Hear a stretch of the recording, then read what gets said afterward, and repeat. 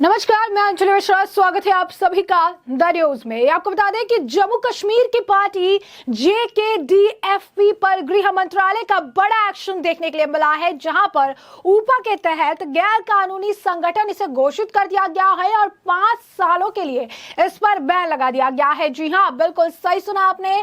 अलगाववादी नेता शब्बीर शाह की Jammu and Kashmir democratic freedom party JKDFP पर केंद्र सरकार ने बड़ी कार्रवाई की है।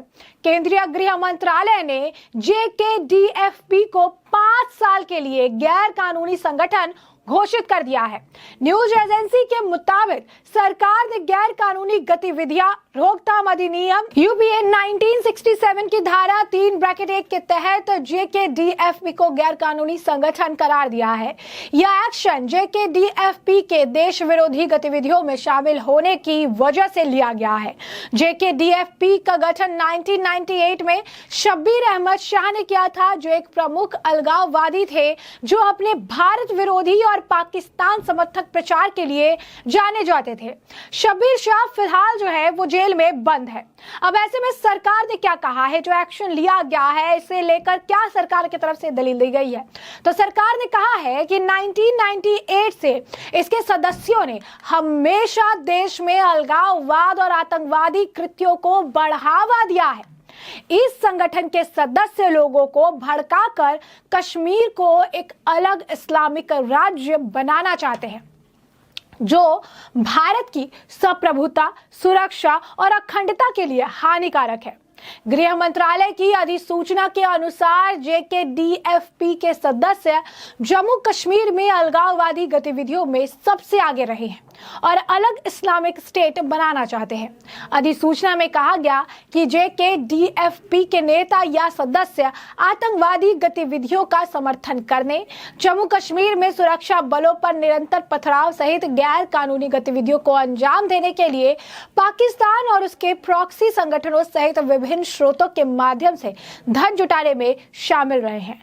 अब कई मामले दर्ज किए गए हैं। तो JKDFP के खिलाफ UPA 1967, IPC की 1860, आर्म्स एक्ट 1959 और रणवीर दंड संहिता 1932 की विभिन्न धाराओं के तहत भी कई आपराधिक मामले दर्ज किए गए हैं। पार्टी प्रमुख शब्बीर शाह भी जेल में बंद है। शाह को ईडी ने 25 जुलाई 2017 को 2005 में मनी लॉन्ड्रिंग मामले में गिरफ्तार किया था और वह आतंकी फंडिंग मामले में भी आरोपी है। ऐसे में बता दें कि भारत विरोधी अभियान जो है ये JKDFP चलाता था। तो गृह मंत्रालय ने इस बाबत जो अधिसूचना जारी की है उसके मुताबिक शब्बीर शाह ने साल 1998 में कश्मीर को एक विवाद के रूप में देखते हुए JKDFP की स्थापना की थी। साथ ही भारत के संवैधानिक ढांचे के भीतर किसी भी समझौते से इनकार किया था और कानून द्वारा स्थापित सरकार को अस्थिर करने, भारत संघ के क्षेत्र में एक इस्लामिक राज्य बनाने के प्रयास सहित अपनी विद्रोही गतिविधियों को बढ़ाया था। Jammu Kashmir democratic freedom party Jammu Kashmir में अलगाववादी गतिविधियों में हमेशा तत्पर रहा है। इसके नेता JKDFP के सदस्यों के नेता आतंकवादी गतिविधियों का समर्थन करने, जम्मू कश्मीर में सुरक्षा बलों पर निरंतर पथराव सहित गैर कानूनी गतिविधियों को अंजाम देने के लिए पाकिस्तान और उसके प्रॉक्सी संगठनों सहित विभिन्न स्रोतों के माध्यम से धन जुटाने में शामिल रहे हैं।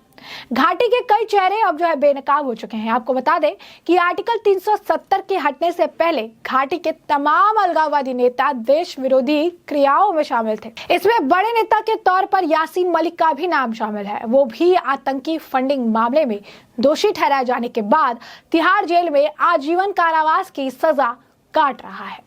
अब इसके बाद Jammu Kashmir democratic freedom party की स्थापना शब्बीर अहमद शाह ने की थी, जो खुद मनी लॉन्ड्रिंग और आतंकी वित्त पोषण मामले में ईडी द्वारा गिरफ्तार किए जाने के बाद वर्तमान में जेल में है।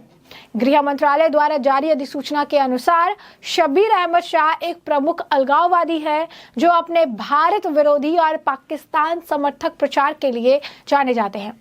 शाह ने कश्मीर को जो है विवाद कहा था, भारत के संविधान के दायरे में किसी भी समझौते से इनकार किया था। संगठन के सदस्य जम्मू कश्मीर अलगाववादी गतिविधियों में सबसे आगे रहते हैं और एक अलग इस्लामिक राज्य जो है इसे बनाना चाहते हैं। बयान में यह भी कहा गया कि इनके जो नेता और सदस्य हैं वो आतंकवादी गतिविधियों का समर्थन करते हैं। जम्मू कश्मीर में सुरक्षा बलों पर निरंतर पथराव में भी इनके हाथ होते हैं और इसी वजह से ये बड़ा फैसला लेते हुए 5 साल के लिए जो है इनके ऊपर बैन लगा दिया गया है। इनकी जो पार्टी है इन पर बैन लगा दिया गया है। तो आप समझिए कि किस तरीके से घाटी में लगातार बैक टू बैक एक्शंस जो है देखने के लिए मिल रहे हैं और ये पहली बार नहीं है जब इस तरीके से इतना कड़ा एक्शन जो है वो सरकार लेती हुई नजर आ रही है। बता दें आपको कि हाल ही फिलहाल की बात थी, साल 2021 में भी आपको बता दें कि ये पूरा मामला था, उस वक्त भी काफी कुछ नाम और सदस्यों की चीजें जो है सामने आई थी और उस वक्त भी बातें निकलकर सामने आ रही थी।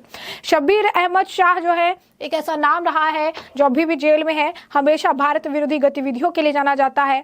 अभी हाल ही फिलहाल में आपको बता दें कि जमानत जो है दी जाए या नहीं इस पर भी दलील हुई थी, उसके बाद उन्हें जमानत नहीं मिला था और दिल्ली हाई कोर्ट ने इसे लेकर खुद NIA से पूछा था और अलगाववादी नेता शब्बीर अहमद शाह को जमानत नहीं मिली और इसको लेकर मामला जो है अभी वो जेल में ही बंद है।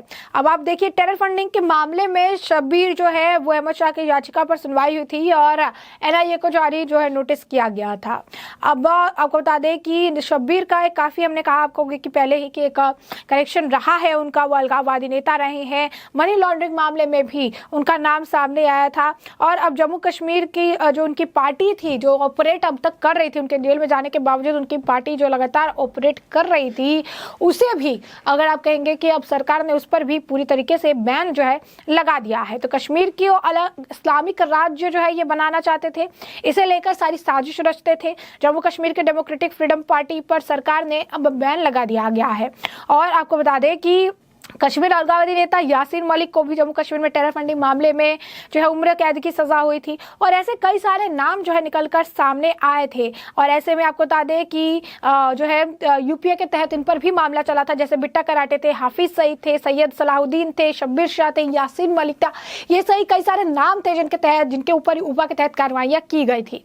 अब ऐसे में शब्बीर शाह का जो है केंद्र में UPA के तहत शब्बीर शाह के नेतृत्व वाली जो अब जम्मू कश्मीर में इनकी जो पार्टी है अब उसे पूरी तरीके से उस पर जो है बैन लगाने का काम किया गया है। अब वो 5 सालों के लिए उस पर बैन लगा दिया गया है, किसी भी तरीके से अब वो ऑपरेट जो है नहीं कर पाएगी और किसी भी तरीके से अब उन्हें कोई फ्रीडम अब नहीं मिलता हुआ नजर आएगा। तो अगर आप देखेंगे तो ये एक बहुत बड़ी कार्रवाई है और कहीं ना कहीं अब किसी भी तरीके से सरकार नहीं चाहती है कि किसी भी तरीके की कोई भी गतिविधि खासकर टेररिस्ट से जुड़ा हुआ जो घाटी में देखने के लिए मिले और इसी वजह से सरकार सक्रिय हो गई है और लगातार बड़े बड़े फैसले लेते हुए नजर आ रही है। तो मोदी सरकार का ये बड़ा फैसला था जहां पर गृह मंत्रालय ने इस्लामी कट्टरपंथी शब्बीर अहमद शाह की पार्टी JKDF पर बैन लगा दिया है और UPA के तहत उन पर कार्रवाई हुई है। 5 साल के लिए पार्टी को बैन कर दिया गया है।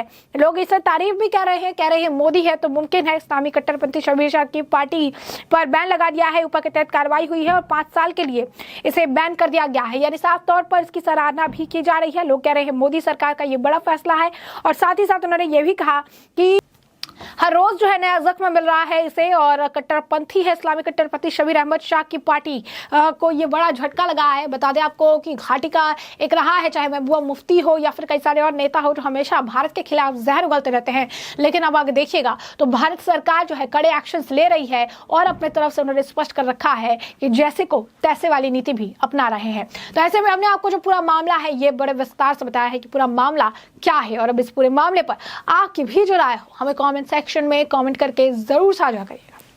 धन्यवाद।